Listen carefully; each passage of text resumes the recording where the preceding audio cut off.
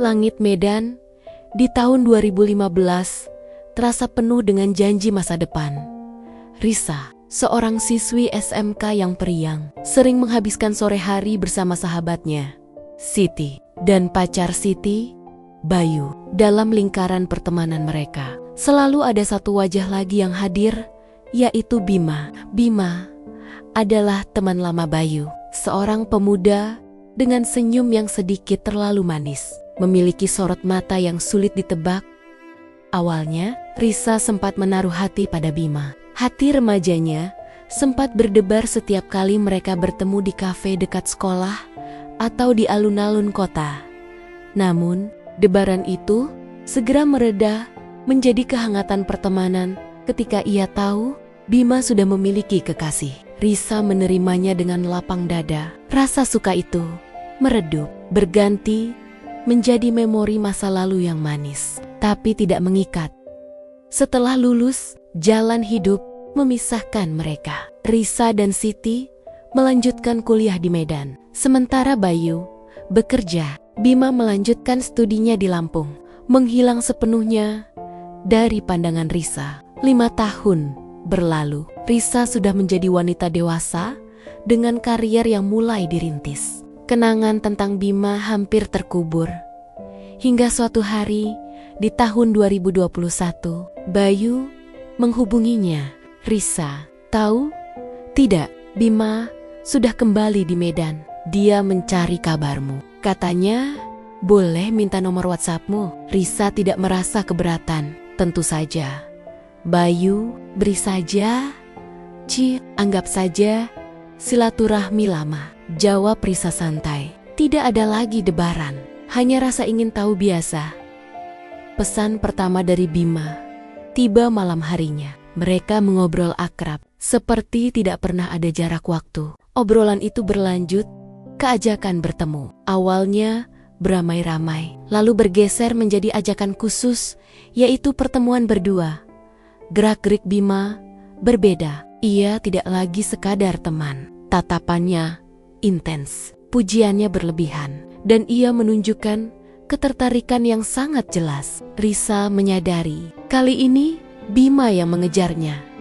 Namun bagi Risa, perasaan itu sudah lama mati. Ia bersikap biasa saja, ramah sebagai teman, tetapi menjaga jarak emosional.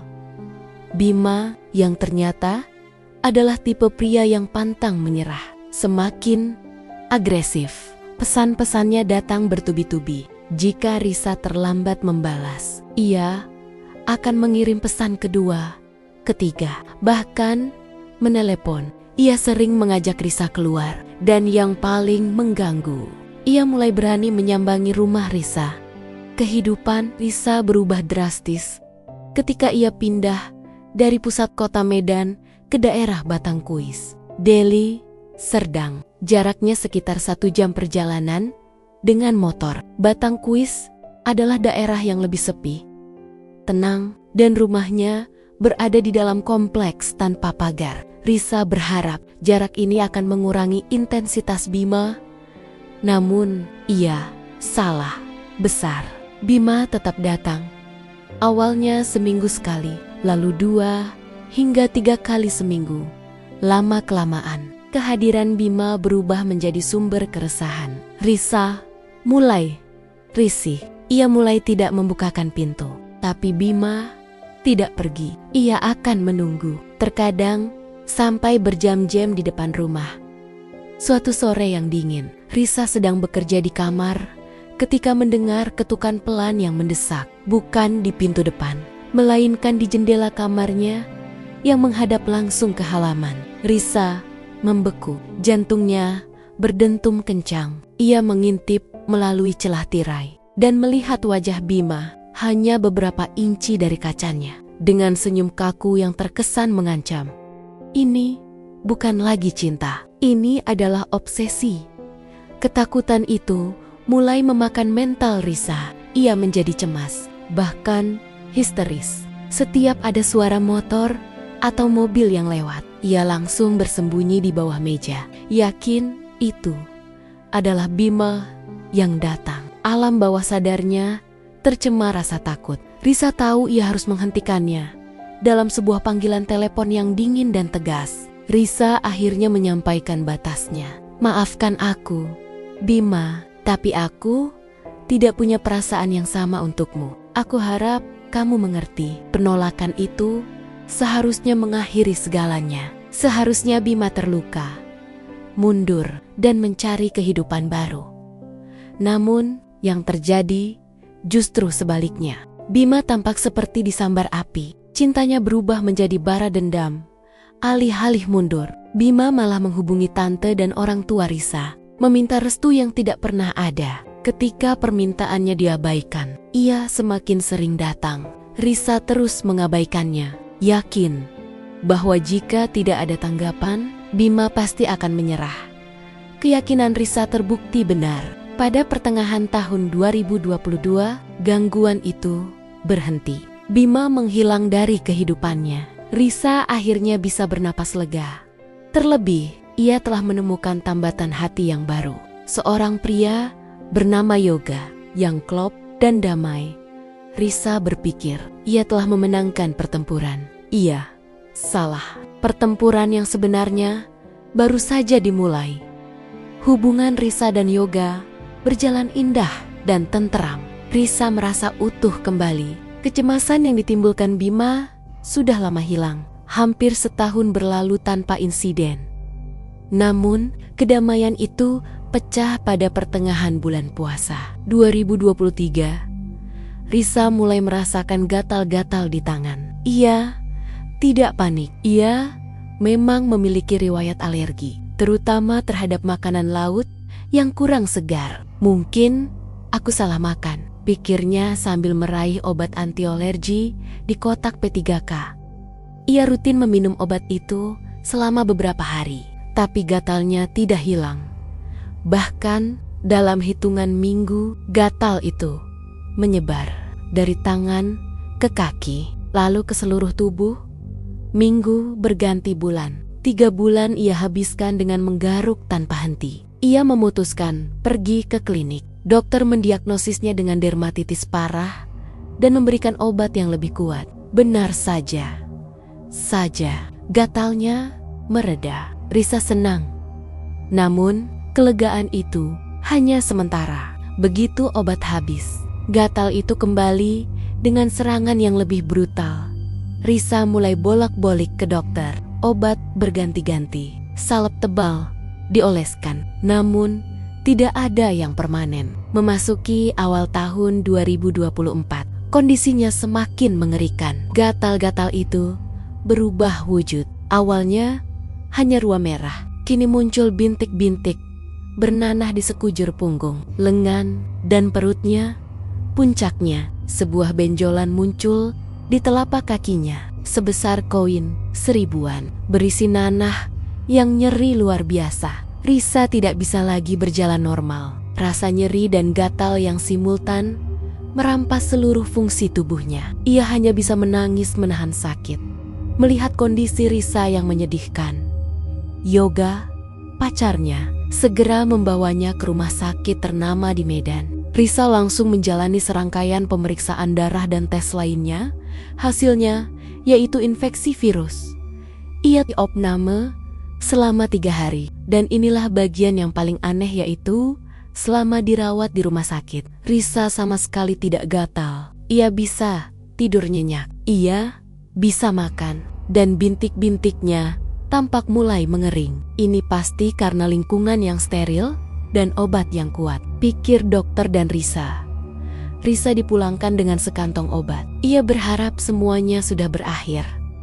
Belum sampai 1 jam berada di rumah di Batangkuis, sensasi gatal itu kembali. Kali ini 10 kali lipat lebih menyiksa. Seluruh tubuhnya serasa ditusuk jarum, lalu disiram air panas. Obat dari rumah sakit yang seharusnya ampuh, kini tidak berefek sama sekali di rumahnya sendiri.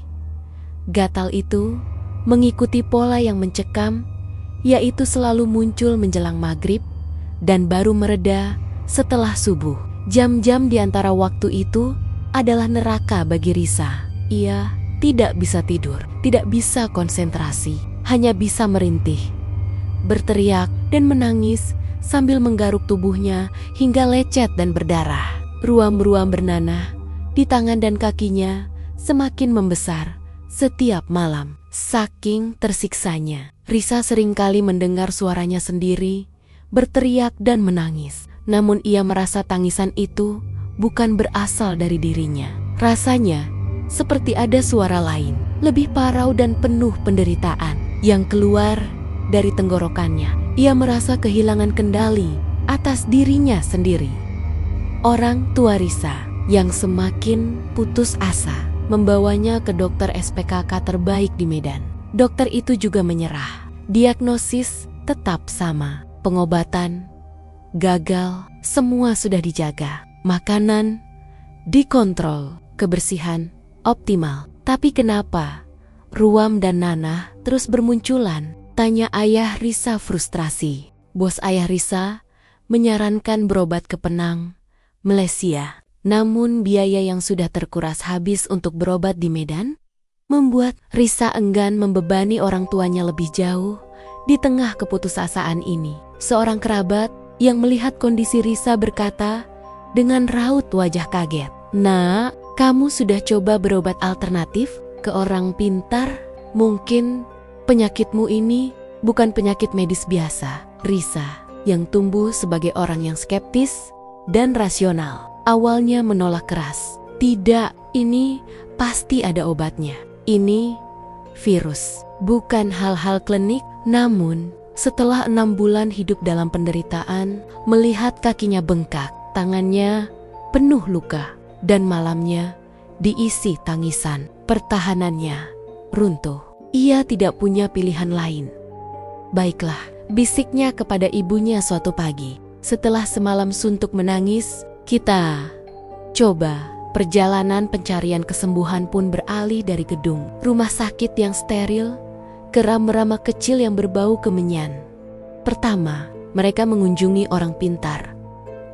Pria paruh baya itu menatap Risa, lalu menggeleng-gelengkan kepala. "Iya, Annona, kamu ini diguna-guna oleh seseorang yang pernah kamu sakiti hatinya. Dendamnya besar," kata A dengan suara berat. Risa yang masih berada dalam fase penyangkalan berbisik dalam hati, semua orang juga akan dibilang begini. Namanya juga berobat ke dukun." Ia tidak percaya sepenuhnya pengobatan dari orang pintar A yang berupa air doa dan jempi-jempi sederhana tidak memberikan hasil sama sekali. Gatalnya kembali seperti sedia kala, bahkan mungkin sedikit lebih beringas. Keluarga Risa tidak menyerah. Mereka membawa Risa ke tempat lain, kepada seorang wanita tua yang dikenal sebagai orang pintar B. Wanita itu tidak banyak bicara. Ia hanya memegang tangan Risa dan menutup matanya sejenak. Ketika membuka mata, ia langsung menatap Risa dengan tajam. "Kamu diguna-guna oleh seseorang yang kamu tolak cintanya. Dendamnya mendarah daging." Tiba-tiba, orang pintar B mulai mendeskripsikan sosok pelaku. Wajahnya tegas, rambutnya agak panjang, badannya kurus tinggi, orangnya ulet, pantang menyerah. Tapi matanya kosong. Sakit hatinya sudah jadi energi hitam yang besar.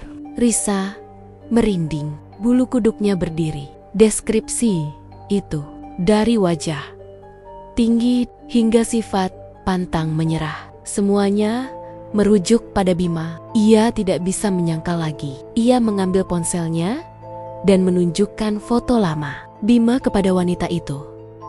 Orang pintar B mengangguk tanpa kaget sedikit pun. "Iya, ini orangnya." Kepastian itu jauh lebih menakutkan daripada ketidakpastian. Bima, mantan gebetan yang ia tolak, kini membalas dendam dengan cara paling keji. Orang pintar B memberikan Risa ramuan untuk mandi dan minyak oles untuk luka-luka nanahnya. Pengobatan ini jauh lebih intens. Setiap tetes minyak terasa membakar kulit Risa. Malam harinya, siksaan itu memuncak. Risa tidak bisa tidur. Ia mengerang dan menangis dari maghrib hingga subuh. Kali ini, ia yakin sekali tangisan yang keluar itu bukan miliknya. Suara yang lolos dari tenggorokannya terdengar seperti suara wanita lain yang berteriak kesakitan. Suara yang berat dan menyayat. Rasanya seperti ada entitas lain di dalam dirinya yang juga menahan sakit. Rasa sakit itu, baik fisik maupun mental, sudah mencapai titik didih. Merasa pengobatan B terlalu menyiksa dan bukannya membaik, malah memperparah keadaan mental. Keluarga memutuskan untuk menghentikannya. Kondisi Risa benar-benar anjlok. Ia menjadi seperti orang sakit jiwa, teriak-teriak dan menggaruk tubuhnya tanpa henti. Di tengah malam, ia histeris, menjerit kencang, hingga adiknya memanggil seluruh keluarga terdekat untuk datang. Risa sudah tidak bisa diselamatkan dengan cara biasa. Beruntung, Tante Risa datang bersama seorang tabib wanita yang dihormati, bernama Bu Endang. Di tengah malam yang penuh ratapan itu, Bu Endang tiba. Bu Endang tidak banyak basa-basi. Ia meminta garam kasar dan minyak khusus. Tanpa ragu, ia mulai mengoleskan campuran minyak dan garam itu ke seluruh tubuh Risa. Astaga! Teriak Risa. Rasanya seperti tubuhnya yang penuh luka terbuka itu disiram api dan digosok dengan pecahan kaca. Nyeri itu luar biasa pedih. Tak tertahankan, Risa menjerit, meronta, dan menangis sejadi-jadinya. Jangan menangis, istighfar, istighfar. Nak, perintah Bu Endang dengan suara tegas namun menenangkan. Risa mencoba menahan diri sambil terus mengucap istighfar. Di tengah isak tangisnya, Bu Endang terus mengoles, seolah tidak peduli dengan teriakan kesakitan Risa. Proses itu terasa seperti keabadian. Proses pembakaran yang menyucikan, namun amat sangat menyiksa. Setelah proses pengolesan selesai, Bu Endang mengajak Risa bicara. Nak, kamu diguna-guna, seperti yang sudah kamu dengar. Tapi ini bukan hanya satu orang dukun, dia kedua dukun yang berbeda. Dendamnya sudah sangat gelap. Bu Endang menjelaskan secara detail. Risa mendengarkan dengan napas tertahan. Dukun pertama melukai ragamu dengan media boneka dan getah pepaya. Ini yang menyebabkan ruam dan bintik-bintik nanah itu muncul pertama kali. Luka fisik di raga. Jelas Bu Endang. Dukun kedua melukai kulitmu dengan media boneka dan daun bambu yang banyak bulunya. Itu yang membuatmu gatal luar biasa. Seolah ada ribuan bulu halus yang merayap di bawah kulit. Semakin kamu garuk, semakin parah gatalnya. Penjelasan yang rinci dan logis tentang media gaib itu membuat semua keraguan Risa hilang sepenuhnya. Ia benar-benar menjadi korban kejahatan ilmu hitam karena penolakan cintanya. Di mana kamu sering berdiam? Tanya Bu Endang. Risa menjelaskan bahwa serangan paling parah selalu terjadi di rumahnya yang baru di Batang Kuis. Bu Endang mengerti.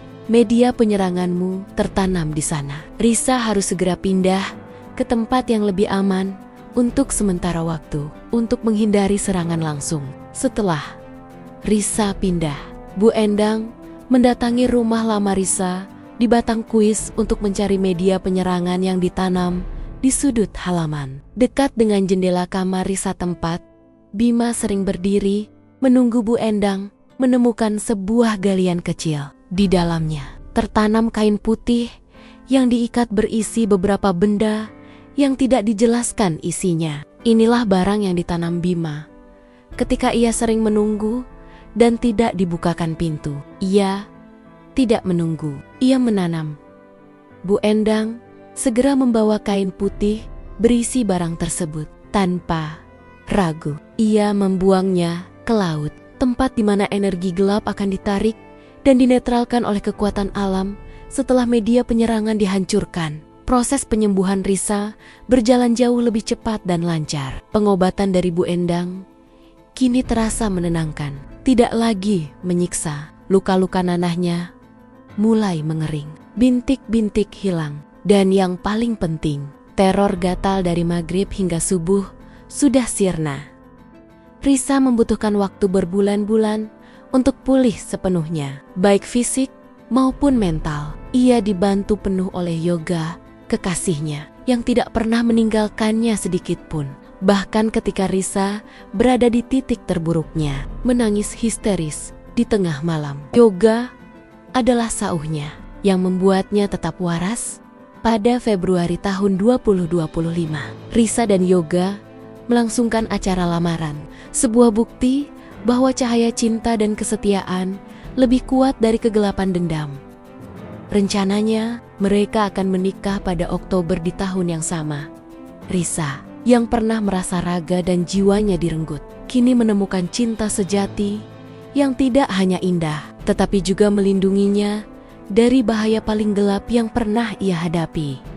Malam telah berlalu, dan kini fajar di batang kuis terasa sunyi, damai, dan penuh harapan. Risa telah kembali.